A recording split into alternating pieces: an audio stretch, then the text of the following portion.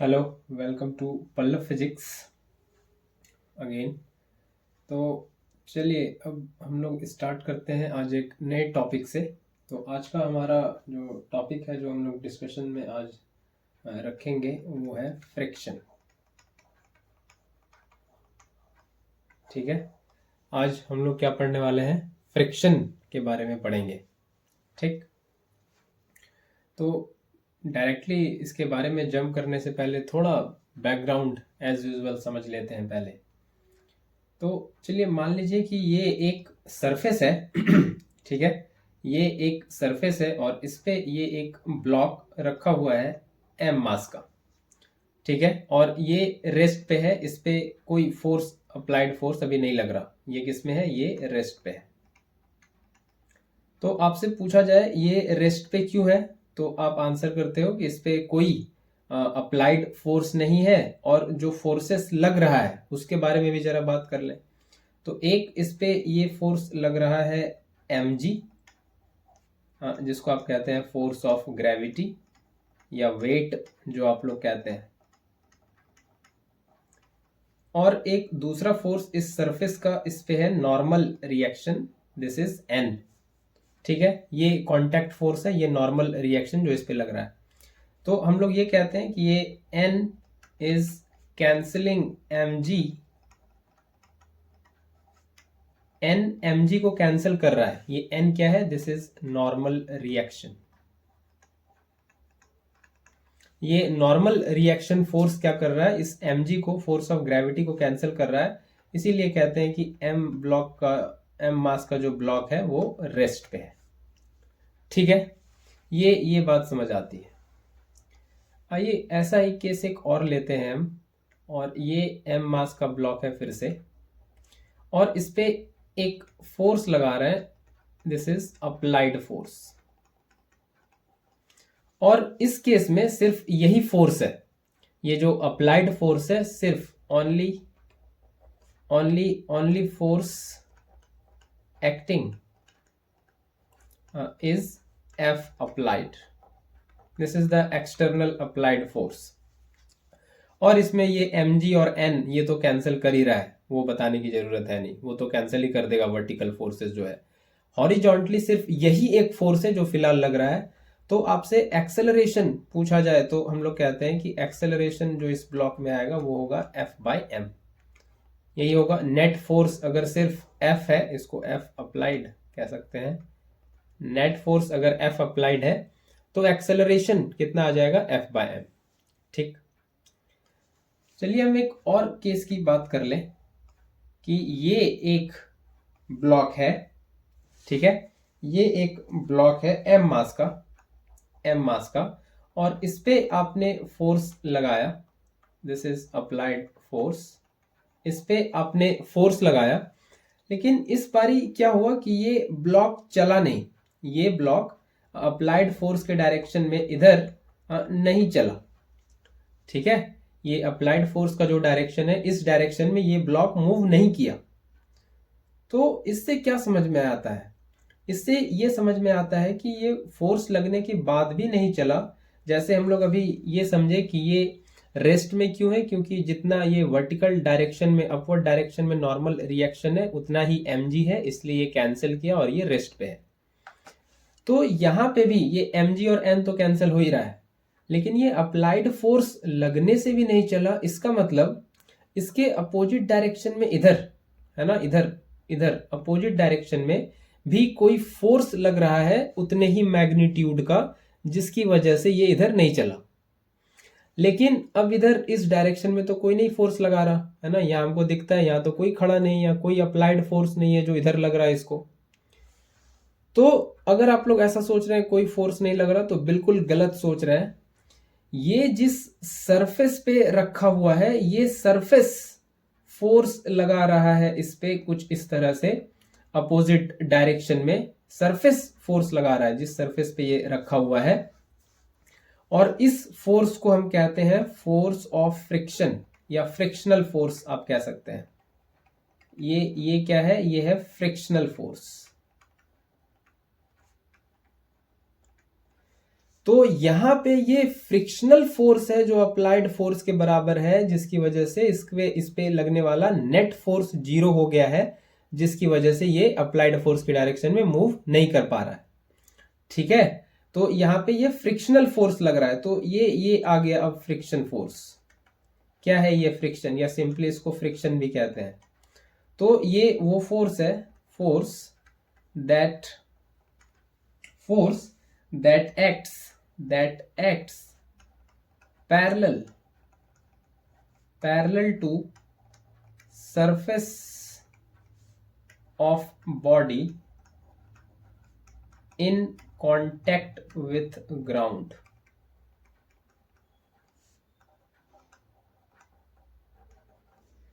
ठीक है, तो ये वो फोर्स है जो पैरेलली लग रहा है, हॉरिजॉन्टली लग रहा है अप्लाइड फोर्स के अपोजिट डायरेक्शन में, जिसकी वजह से इसमें कोई मोशन नहीं है। और फिर हम कह सकते हैं कि नेट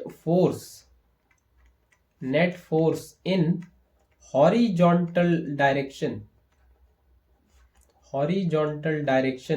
क्या है, 0 है, इसलिए हॉरिजॉन्टल डायरेक्शन में भी कोई मोशन नहीं है। तो ये फोर्स है, ये एक नया तरह का फोर्स आप लोग आज सुन रहे होंगे, फ्रिक्शन फोर्स। तो ये फ्रिक्शनल फोर्स है, ये फोर्स ऑफ फ्रिक्शन है जो लगता है हॉरिजॉन्टली, है ना, parallel to the surface of body in contact, जो इस बॉडी का इस सरफेस के साथ कांटेक्ट है उधर ये फोर्स लग रहा होता है। ठीक है, ये force of friction I hope समझ आया होगा आप लोग को। ठीक है, तो आइए अब हम लोग थोड़ा बात कर लें कि ये फ्रिक्शन फोर्स होता ही क्यों है, वाई फ्रिक्शन।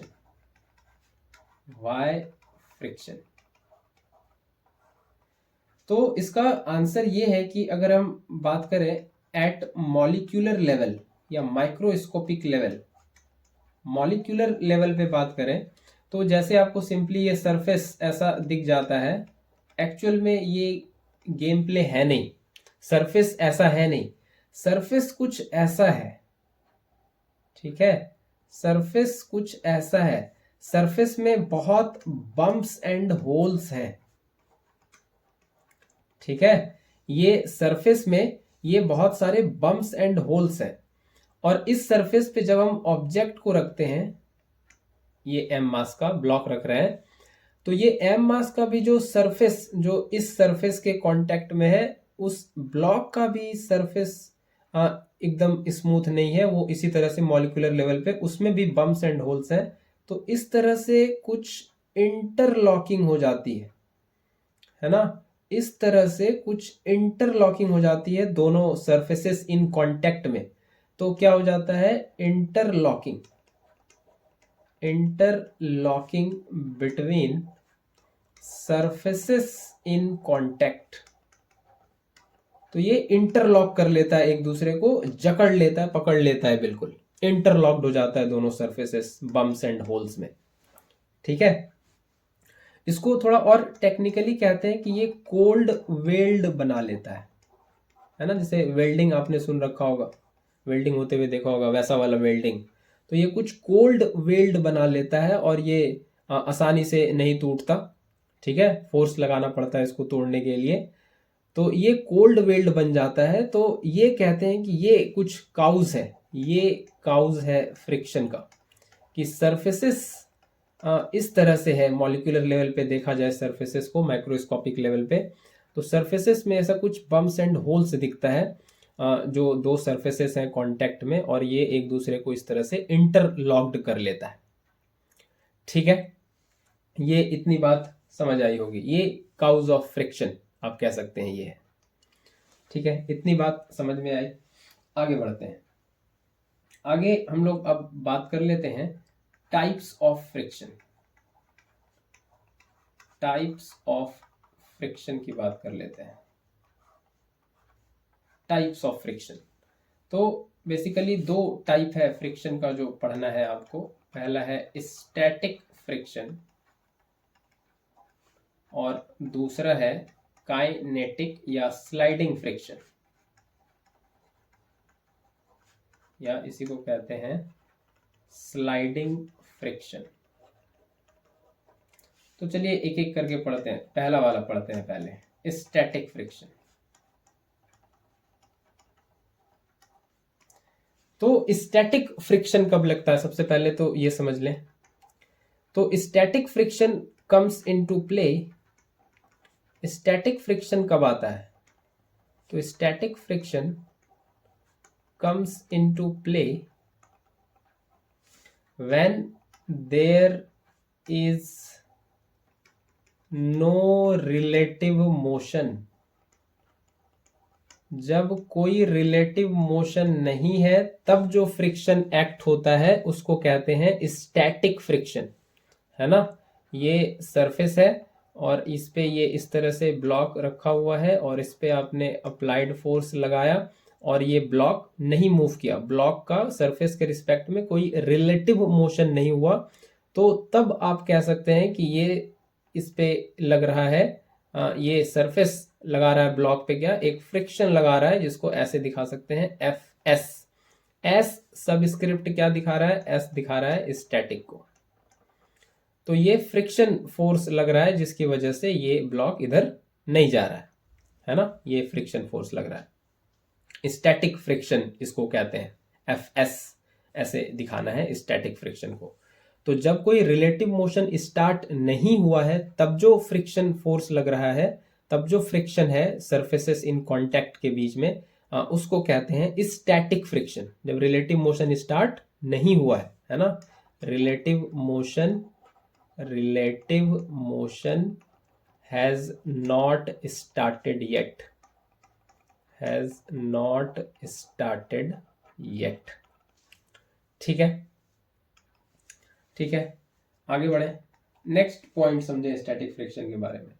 तो एक कमाल की बात स्टैटिक फ्रिक्शन के बारे में ये है कि static friction does not exist by itself, ये खुद एग्जिस्ट नहीं करता। क्या मतलब है इसका? कि ये इस सरफेस पे ये एक ब्लॉक सिंपली रखा हुआ है, अगर आप इस पे कोई अप्लाइड फोर्स नहीं लगा रहे, है ना, नो अप्लाइड फोर्स, तो यहां पे कोई स्टैटिक फ्रिक्शन नहीं होगा, नो स्टैटिक फ्रिक्शन। और इसी ब्लॉक पे जैसे ही आप अप्लाइड फोर्स अप्लाई कर देते हैं तो उसी समय सरफेस पे क्या, सरफेस और ये मास, ये एम ब्लॉक के मास के बीच में जो ये सरफेसेस इन कांटेक्ट है, वहीं पे क्या आ जाता है तुरंत से? स्टैटिक फ्रिक्शन फोर्स आ जाता है। तो स्टैटिक फ्रिक्शन आता ही तब है जब फोर्स अप्लाई होता है। बिना अप्लाई किए फोर्स, एक्सटर्नल अप्लाइड फोर्स, ये फ्रिक्शन नहीं लगता, ये फ्रिक्शन नहीं आता। ठीक है, तो ये फ्रिक्शन तभी आता है जब फोर्स अप्लाई करते हैं इस एम ब्लॉक पे। अगर फोर्स अप्लाई नहीं करेंगे तो कोई स्टैटिक फ्रिक्शन नहीं आएगा। ठीक है, आगे इंपॉर्टेंट बात इसमें है कि स्टैटिक फ्रिक्शन जो है ये सेल्फ एडजस्टिंग है। ये क्या है? ये है self adjusting force, self adjusting friction force. Self adjusting कहने का क्या मतलब है? खुद को एडजस्ट करता है, इसका क्या मतलब है कहने का? ये समझते हैं आइए। तो अगेन ये ब्लॉक है फिर से, और ये एम मास का है। इस पे लेट से आपने फोर्स लगाया 20 न्यूटन का, लेकिन ये ब्लॉक में कोई रिलेटिव मोशन नहीं आया, तो जरूर फ्रिक्शन होगा जो रिलेटिव मोशन को अपोज कर रहा है, तो ये फ्रिक्शन फोर्स आ गया। तो अगर हम ये जानना चाहें कि इस फ्रिक्शन फोर्स का वैल्यू कितना है, तो ये 20 न्यूटन ही है, सेम मैग्नीट्यूड, तभी तो इसमें कोई हॉरिजॉन्टल डायरेक्शन में नेट मोशन नहीं है। ठीक है, इसी ब्लॉक पे अगर हम 40 न्यूटन का फोर्स लगाएं और फिर भी ये ब्लॉक आगे ना बढ़े, तो अब फ्रिक्शन फोर्स कितना लग रहा होगा? अब फ्रिक्शन फोर्स हो गया होगा 40 न्यूटन। ठीक है, अगर आप इस पे फोर्स लगाए फिर से 60 न्यूटन और फिर भी ये ब्लॉक आगे नहीं बढ़ा, तो अब फ्रिक्शन फोर्स कितना हो गया होगा? 60 न्यूटन। दिख रहा है? तो ये स्टैटिक फ्रिक्शन का वैल्यू देखिए अप्लाइड फोर्स के हिसाब से अपने आप को बदलता जा रहा है, अपने आप को एडजस्ट करता जा रहा है। आपने 20 न्यूटन का फोर्स लगाया, फ्रिक्शन फोर्स 20, 40 न्यूटन का फोर्स लगाया, स्टैटिक फ्रिक्शन का वैल्यू 40, 60 न्यूटन का लगाया तो स्टैटिक फ्रिक्शन का फोर्स का वैल्यू 60। तो फ्रिक्शन फोर्स अपने आप को एडजस्ट कर लेता है अप्लाइड फोर्स के हिसाब से। कौन सा? Static friction force self adjusting होता है ये। लेकिन ऐसा ये कब तक करेगा? क्या ये अप्लाइड फोर्स लगाते रहेंगे, ये अपने आप को उस हिसाब से एडजस्ट करता रहेगा? बिल्कुल नहीं। ऐसा नहीं है कि ये हमेशा चलता रहेगा। तो एक लिमिट तक ये ग्राउंड का फ्रिक्शन फोर्स लगाने का तो एक लिमिट है ना, ऐसा नहीं कि वो हमेशा लगाता रह जाएगा। तो ये एफ एस अप्लाइड फोर्स के बराबर कब तक होगा? एक लिमिट तक होगा, एक लिमिट तक होगा। ऐसा नहीं है हमेशा होता रहेगा, एक लिमिट तक होगा। तो जिस लिमिट तक स्टैटिक फ्रिक्शन का वैल्यू अप्लाइड फोर्स तक होता रहता है, वहां तक तो स्टैटिक फ्रिक्शन बोलते हैं, लग रहा है। लेकिन एक लिमिट के बाद स्टैटिक फ्रिक्शन अप्लाइड फोर्स के बराबर नहीं होता। अप्लाइड फोर्स डोमिनेट कर जाता है स्टैटिक फ्रिक्शन को, अप्लाइड फोर्स का वैल्यू ज्यादा हो जाता है फ्रिक्शन फोर्स से। स्टैटिक फ्रिक्शन अब और फ्रिक्शन फोर्स सरफेस जो है स्टैटिक फ्रिक्शन या फ्रिक्शन फोर्स और नहीं लगा सकता अब। तो जब स्टैटिक फ्रिक्शन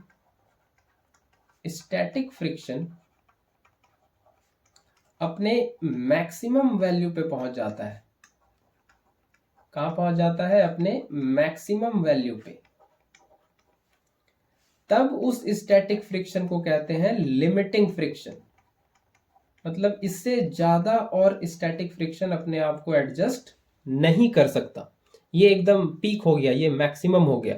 तो इसको ऐसे भी कहते हैं, लिमिटिंग फ्रिक्शन क्या है? Maximum value of static friction.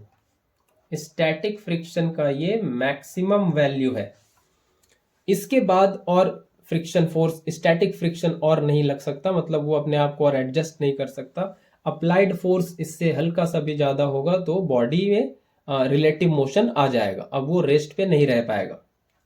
ठीक है, तो इसको कहते हैं लिमिटिंग फ्रिक्शन। ये स्टैटिक फ्रिक्शन का मैक्सिमम वैल्यू होता है ना। और इसको ऐसे दिखाते हैं, F S and this is maximum, F S and this is maximum. ये है लिमिटिंग फ्रिक्शन, मैक्सिमम वैल्यू है स्टैटिक फ्रिक्शन का। ठीक है, ये होता है लिमिटिंग फ्रिक्शन। ठीक, इतना बात आप लोग को समझ में आया? तो सरफेस ऐसा नहीं है हमेशा फोर्स लगाता ही रह जाएगा और बॉडी कभी चलेगी ही नहीं, ऐसा नहीं होगा। एक लिमिट है स्टैटिक फ्रिक्शन लगने की, उसके बाद अब और सरफेस नहीं लगा सकता फ्रिक्शन फोर्स, है ना। अब उसके बाद अगर अप्लाइड फोर्स उससे ज़्यादा हुआ उतने फ्रिक्शन से, जैसे यहाँ पे कह लीजिए कि जैसा अभी प्रीवियस एग्जाम्पल में कि अब 60 से हल्का सा भी फोर्स ज़्यादा हुआ, मतलब ये समझ लीजिए कि ये 60 न्यूटन मैक्सिमम वैल्यू हो गया, ऐसा कुछ कह लेते हैं, है ना। कि अब अगर हल्का सा भी ज़्यादा हुआ तो बॉडी चल पड़ेगी, वैसा वाला कुछ बात है। ठीक है, ये इतना समझ में आया, लिमिटिंग फ्रिक्शन, ये मैक्सिमम वैल्यू स्टैटिक फ्रिक्शन का। इतना बात आई होप आप लोग को समझ आया होगा। ठीक है, तो आगे आगे हम लोग बात कर लेते हैं अब कि ये जो एफ एस मैक्स है, ये क्या है? ये जो एफ एस मैक्स है, लिमिटिंग फ्रिक्शन या स्टैटिक फ्रिक्शन का मैक्सिमम वैल्यू, ये डायरेक्टली प्रोपोर्शनल होता है नॉर्मल रिएक्शन के। ये लिमिटिंग फ्रिक्शन या maximum value of static friction ये डायरेक्टली प्रोपोर्शनल किसके होता है? नॉर्मल रिएक्शन के। ये क्या है? This is normal reaction. ठीक है, और इस प्रोपोर्शनैलिटी को जब हटाते हैं तो एक कांस्टेंट आता है mu S N, where mu S is constant of proportionality, constant of proportionality, और म्यू एस को कहते हैं coefficient of static friction, coefficient of static friction. ठीक है, इसको और क्या कहते हैं, कोएफिशिएंट ऑफ स्टैटिक फ्रिक्शन। तो ये होता है वैल्यू लिमिटिंग फ्रिक्शन का या स्टैटिक फ्रिक्शन के मैक्सिमम वैल्यू का, म्यू एस इंटू एन। ये फॉर्मूला काफी इंपॉर्टेंट है, वेरी इंपॉर्टेंट, वेरी इंपॉर्टेंट, ये आपको ध्यान रखना है, म्यू एस इंटू एन, यही होता है स्टैटिक फ्रिक्शन के मैक्सिमम वैल्यू का वैल्यू, लिमिटिंग फ्रिक्शन का ये वैल्यू होता है। तो ये तो मैक्सिमम वैल्यू हो गया। तो अगर हम ये कहें कि स्टैटिक फ्रिक्शन का वैल्यू फिर कितना होगा, तो इससे कम होगा हमेशा। तो स्टैटिक फ्रिक्शन का वैल्यू इससे कम या इसके बराबर होगा, म्यू एस एन, और जब बराबर होगा तो वो मैक्सिमम वैल्यू कहलाएगा। तो इसको हम ऐसे जनरलाइज करके लिख सकते हैं। तो ये जब बराबर हो जाएगा, जब बराबर हो जाएगा तो मैक्सिमम वैल्यू कहलाएगा, और बाकी टाइम स्टैटिक फ्रिक्शन का वैल्यू उससे कम है, मैक्सिमम वैल्यू से कम है, तो ये लेस देन का साइन है। ठीक है, इसको लॉ ऑफ फ्रिक्शन भी कह देते हैं। वैसे ये कुछ इतना फंडामेंटल लॉ नहीं है, इसलिए इसको उतना नहीं कहते लॉ। तो ये सिंपली ऐसे कह सकते हैं कि ये less than equal to mu S N ऐसा होगा। लेस देन कब होगा, जब मैक्सिमम से कम फ्रिक्शन लग रहा होगा, जब तक वो एडजस्ट करने के काबिल होगा तब तक, और जब मैक्सिमम पे पहुंच जाएगा तो ये बराबरी कर लेगा इसका। ठीक है, इतनी बात समझ में आया। एक इम्पॉर्टेंट बात और नोट करेंगे यहाँ पे कि ये जो स्टैटिक फ्रिक्शन है ये independent of area of contact होता है। जिस सरफेस के कांटेक्ट में है उसके एरिया से कोई मतलब नहीं है स्टैटिक फ्रिक्शन को, कुछ फर्क नहीं पड़ता एरिया कितने कांटेक्ट में है। ठीक है, ठीक है। एक इंपॉर्टेंट बात और, ये जो म्यू एस है कोएफिशिएंट ऑफ फ्रिक्शन, ये डिपेंड करता है सरफेस के नेचर पे, depends on nature of surface, है ना। बेसिकली इसी के वैल्यू से रफनेस और स्मूथ ये डिसाइड होता है सरफेस का। म्यू एस का वैल्यू जितना ज्यादा होगा वो सरफेस उतना रफ, जितना कम होगा वो उतना स्मूथ, है कि नहीं। तो म्यू एस जितना ज्यादा सरफेस उतना रफ, म्यू एस जितना कम सरफेस उतना स्मूथ। ठीक है, आई होप इतनी बात समझ आई होगी। तो ये तो बात हो गई कि एफ एस मैक्स ये हो जाता है म्यू एस एन। तो अप्लाइड फोर्स जब इस वैल्यू के बराबर हो जाता है, या यूं कहें कि ये फ्रिक्शन फोर्स के मैक्सिमम एबिलिटी जितनी होती है उतने लगाने के स्टेज पे ये पहुंच जाता है, और उससे ज्यादा हम अप्लाइड फोर्स अगर लगा दें, एफ को क्या कर लें हम, एफ एस मैक्स से ज्यादा, तो अब क्या होगा, एफ को अगर हम एफ एस मैक्स से ज्यादा कर लेंगे। अच्छा, पहले ये समझ लें कि एफ अगर एफ एस मैक्स के बराबर हो जाएगा तो फिर क्या होगा, तब इसको कहते हैं कि बॉडी जो है, body will be at verge of slipping, मतलब स्लिप करने के कगार पे आ जाएगा, है ना। बॉडी अब जस्ट स्लिप कर जाएगा, वैसे वाले स्टेज में आ जाएगा। चलिए आगे बढ़ते हैं। अगर ये अप्लाइड फोर्स, ये एफ अप्लाइड, अगर स्टैटिक फ्रिक्शन के मैक्सिमम वैल्यू से ज्यादा हो गया तो क्या होगा, तो सिंपल सी बात है कि फ्रिक्शन की अब हैसियत खत्म हो गई, फोर्स लगाने की, स्टैटिक फ्रिक्शन की, सरफेस की फ्रिक्शन लगाने की हैसियत खत्म हो गई। अब अप्लाइड फोर्स ज्यादा हो गया है, तो body will begin to slide, body अब जो है स्लाइड करना स्टार्ट कर देगा। वो जो कोल्ड वेल्ड बना था वो टूटेगा, कोल्ड वेल्ड टूटेगा अब, है ना। वो जो काउज ऑफ फ्रिक्शन में पड़ा था वो कोल्ड वेल्ड, वो अब टूटेगा बनेगा, टूटेगा बनेगा, ये अब होना स्टार्ट होगा। तो एफ अप्लाइड अगर maximum value of static friction से ज्यादा हो जाएगा तो body will begin to slide, और तब हम कहते हैं कि तब कौन सा फ्रिक्शन लगना चालू हो जाएगा, काइनेटिक फ्रिक्शन। तो ये सेकेंड नंबर का फ्रिक्शन अब आता है, ये काइनेटिक फ्रिक्शन। तो ये कब लगेगा, तो kinetic friction comes into play when relative motion has started.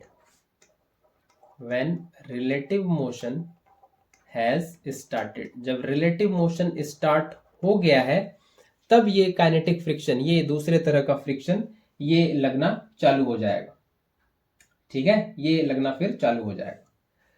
ठीक है, तो इसका भी फॉर्मूला अगर समझना चाहे तो इसका ही फॉर्मूला ये एफ के सबस्क्रिप्ट काइनेटिक को बताता है, और ये उसी तरह से हो जाता है म्यू के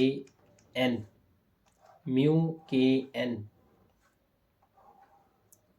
ये काइनेटिक फ्रिक्शन का फॉर्मूला है, और म्यू के को कहते हैं कोएफिशिएंट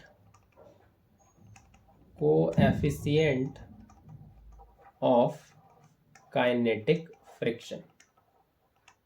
ठीक है, ये आई होप समझ आया होगा ये आप लोग को। ठीक, तो अब बॉडी स्लाइड करना स्टार्ट कर दी है, अब रिलेटिव मोशन स्टार्ट हो गया है बॉडी का। ठीक है, अब क्या हो गया है, रिलेटिव मोशन बॉडी का स्टार्ट हो गया है, बॉडी स्लाइड करना स्टार्ट कर दी है। तो एक बात बताइए, क्या आसान है, जो बॉडी रुका हुआ है या रेस्ट पे है उसको चलाना आसान है,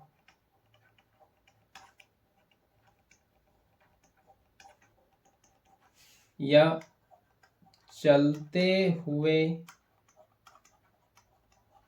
बॉडी को चलाना आसान है?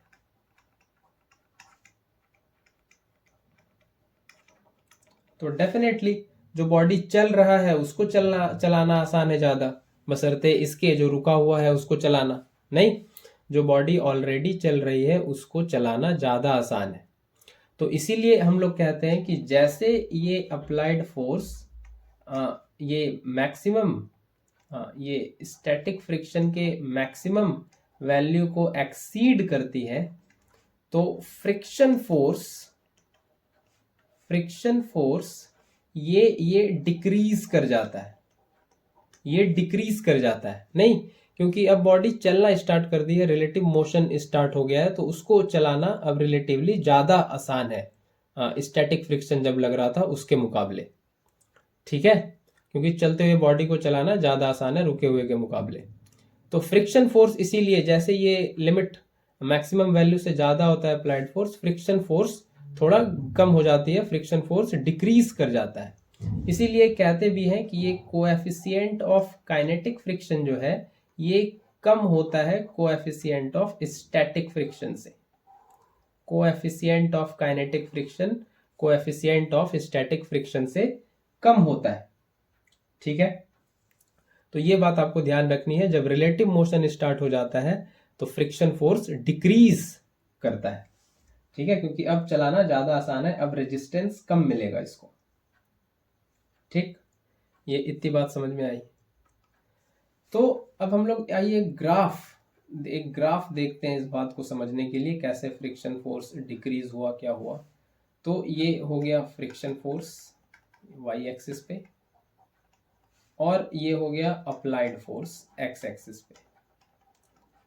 तो कैसा ग्राफ बनता है, तो सबसे पहले तो ये है, शुरू में क्या होता है, इन द वेरी बिगिनिंग, कि फ्रिक्शन फोर्स कितना होता है, जितना अप्लाइड फोर्स है उतना ही, है ना। यानी कि इसको ऐसे कह सकते हैं कि ये बिल्कुल डायरेक्ट वेरी करता है अप्लाइड फोर्स के साथ, जितना अप्लाइड फोर्स उतना ही फ्रिक्शन फोर्स, स्टैटिक फ्रिक्शन।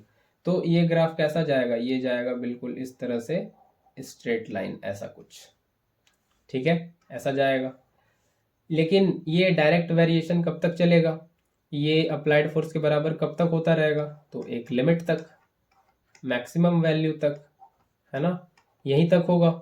इसके बाद तो सरफेस की हैसियत नहीं है और फ्रिक्शन फोर्स लगाने की, उसके बाद अगर अप्लाइड फोर्स ज़्यादा हुआ तो बॉडी स्लाइड कर जाएगी, स्लिप कर जाएगी, तो एक लिमिट तक। तो यहाँ पे इसको कहते हैं, क्या, यहाँ पे इसको कहते हैं कि ये क्या है, ये है limiting value, F S max. ठीक है, उसके बाद क्या होता है कि ये थोड़ा डिप करती है, फ्रिक्शन फोर्स थोड़ा कम होता है ना, फ्रिक्शन फोर्स थोड़ा कम होता है जैसा बताए, क्योंकि कोल्ड वेल्ड अब टूट गया है, अब चलाना ज्यादा आसान है, अब फ्रिक्शन कम है थोड़ा, और ये थोड़ा डिप हुआ, और फिर ये काइनेटिक फ्रिक्शन, फिर आता है ये काइनेटिक फ्रिक्शन, ये क्या है, ये है एफ के, ये काइनेटिक फ्रिक्शन, और ये फिर ऐसे कांस्टेंट जाता है, क्योंकि एरिया इन कांटेक्ट से मतलब है नहीं। और एक इंपॉर्टेंट बात फ्रिक्शन फोर्स में लिख लें, काइनेटिक फ्रिक्शन में एफ के में, कि ये इंडिपेंडेंट ऑफ वेलोसिटी भी होता है। काइनेटिक फ्रिक्शन को वेलोसिटी से कोई मतलब नहीं है, उस पर अफेक्ट नहीं पड़ता वेलोसिटी से, independent of velocity of the body, तो इसलिए ये ऐसे करके कांस्टेंट ग्राफ जाता है बिल्कुल।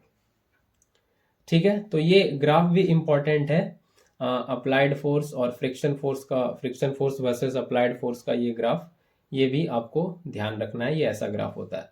तो ये स्टैटिक फ्रिक्शन का कर्व है, और ये वाला ये मैक्सिमम वैल्यू लिमिटिंग फ्रिक्शन का, ये वाला किसका है, ये यहाँ तक ये लिमिटिंग वैल्यू है, ये limiting value of static friction, और उसके बाद ये थोड़ा यहाँ से डीप, और फिर यहाँ से फ्रिक्शन का वैल्यू कम हुआ, और फिर यहाँ से आगे काइनेटिक फ्रिक्शन। आई होप ये ग्राफ भी आपको 100% समझ आया होगा। ठीक है, तो इतना इतना डिटेल ये था फ्रिक्शन के बारे में, इतना डिटेल ये था फ्रिक्शन के बारे में। ठीक है, ठीक, इतना बात आप लोगों को समझ में आया पूरा, तो इतना बात आप लोगों को समझना है। तो फ्रिक्शन में बेसिकली यही दो इम्पोर्टेंट बात है कि एफ एस मैक्स ये होता है म्यू एस इंटू एन, और एफ के काइनेटिक फ्रिक्शन ये होता है म्यू के इंटू एन। ये दो इम्पोर्टेंट बात आपको रखना है याद, ये आपको रखना है ध्यान। ठीक, आगे हम लोग एक इम्पॉर्टेंट बात कर लेते हैं एंगल ऑफ फ्रिक्शन की, एंगल ऑफ फ्रिक्शन की बात कर लें। ये क्या होता है, तो चलिए मान लीजिए ये सरफेस है, और इस पे ये ब्लॉक रखा हुआ है एम मास का, इस पे एक कांटेक्ट फोर्स ये लग रहा है नॉर्मल, और एक कांटेक्ट फोर्स ये parallel to the surface in contact ये लग रहा है फ्रिक्शन फोर्स। तो एक फ्रिक्शन फोर्स है, एक नॉर्मल है, तो इसका रिजल्टेंट ये होगा रिजल्टेंट फोर्स, ये कुछ ऐसा होगा, इसको आर कह दें रिजल्टेंट, और ये कह देते हैं कि ये रिजल्टेंट ये नॉर्मल के साथ कुछ थीटा एंगल बना रहा है। ठीक है, कितना एंगल बना रहा है, थीटा। तो यहां से टेन थीटा क्या हो जाएगा, ये हो जाएगा, ये वाला कितना है, ये वाला एफ एस के बराबर है, एफ एस के बराबर है। ठीक है, और ये वाला तो नॉर्मल रिएक्शन है। टेन थीटा क्या होता है, perpendicular by base, perpendicular by base, तो ये एन। ठीक है, ये टेन थीटा हो गया। तो अभी इस पे आते हैं, पहले हम लोग ये समझ लें कि एंगल ऑफ फ्रिक्शन क्या है। तो एंगल ऑफ फ्रिक्शन ये वो एंगल है जो, ये normal reaction one of the contact force है, ये friction force one of the contact force है, ये उसका रिजल्टेंट है। तो एंगल ऑफ फ्रिक्शन वो एंगल है जो रिजल्टेंट कांटेक्ट फोर्स नॉर्मल के साथ बनाता है। तो ये क्या एंगल है, angle made by resultant contact force with normal when body is just about to move, मतलब at the verge of slipping। ठीक है, तो at the verge of slipping जब होगा, तो हम लोग यहाँ से तो ट्रायंगल से ले लिए परपेंडिकुलर ये बाय बेस, लेकिन यहाँ पे हम लोग क्या लेंगे, एफ एस का मैक्सिमम वैल्यू लेंगे, और इसको लिखेंगे mu S into N divided by N. तो ये आ जाएगा tan theta equal to mu S, और थीटा आएगा टेन इनवर्स म्यू एस। तो ये होता है एंगल ऑफ फ्रिक्शन, यही क्या होता है, angle of friction, tan inverse mu S. तो यही वो एंगल है ना, यही वो एंगल है, ये इसको कहें एफ एस मैक्स। ठीक है, इसको क्या कहें, एफ एस मैक्स। तो ये कब लगेगा, तो बॉडी पे जरूर कोई अप्लाइड फोर्स लगाने की कोशिश हो रही होगी, क्योंकि फ्रिक्शन तभी लगता है जब अप्लाइड फोर्स लगता है ना। ये क्या है, ये है एफ एस मैक्स। ठीक है, तो एंगल ऑफ फ्रिक्शन क्या है, ये रिजल्टेंट दो कांटेक्ट फोर्स है, एक नॉर्मल, एक लिमिटिंग फ्रिक्शन या maximum value of static friction.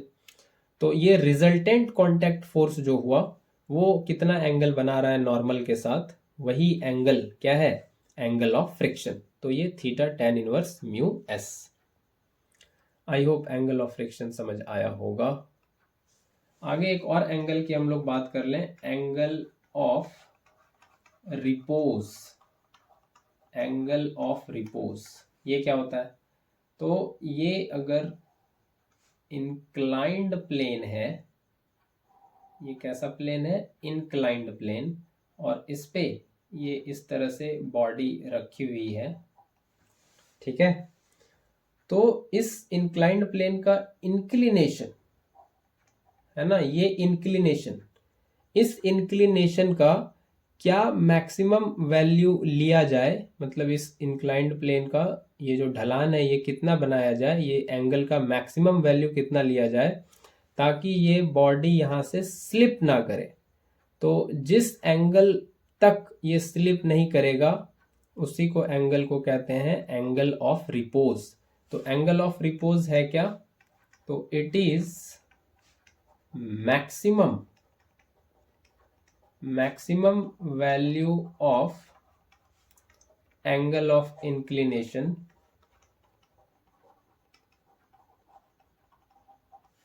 so that block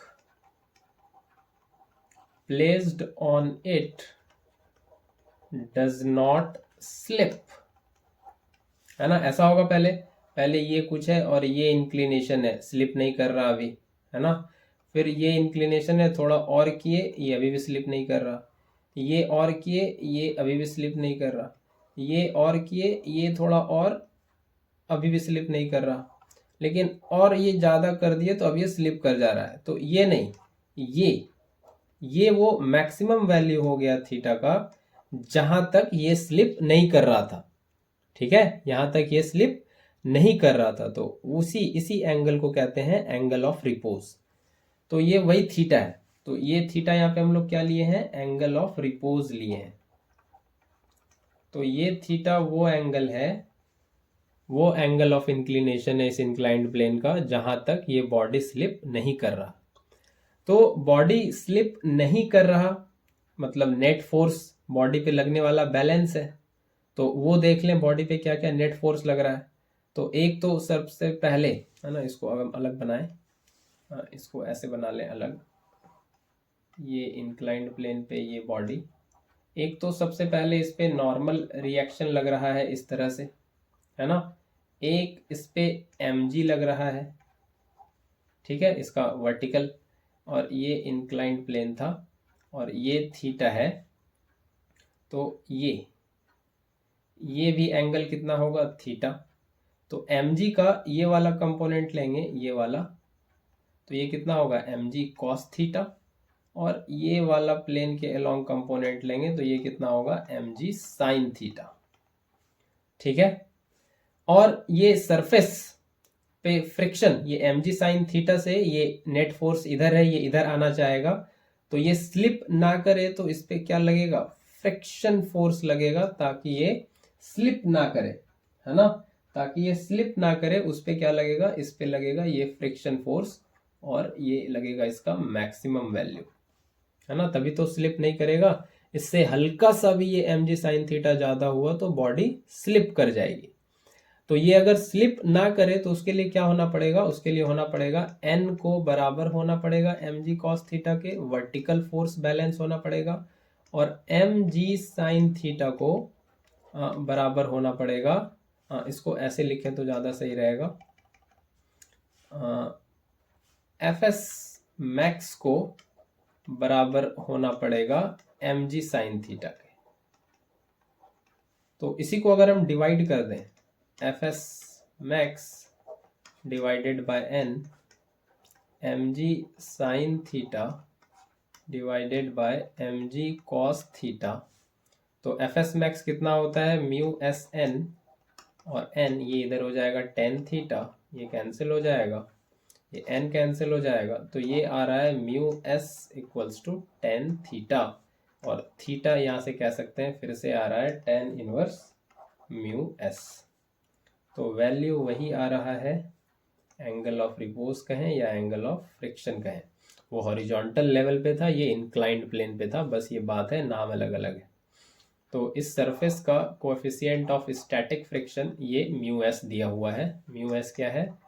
coefficient of static friction.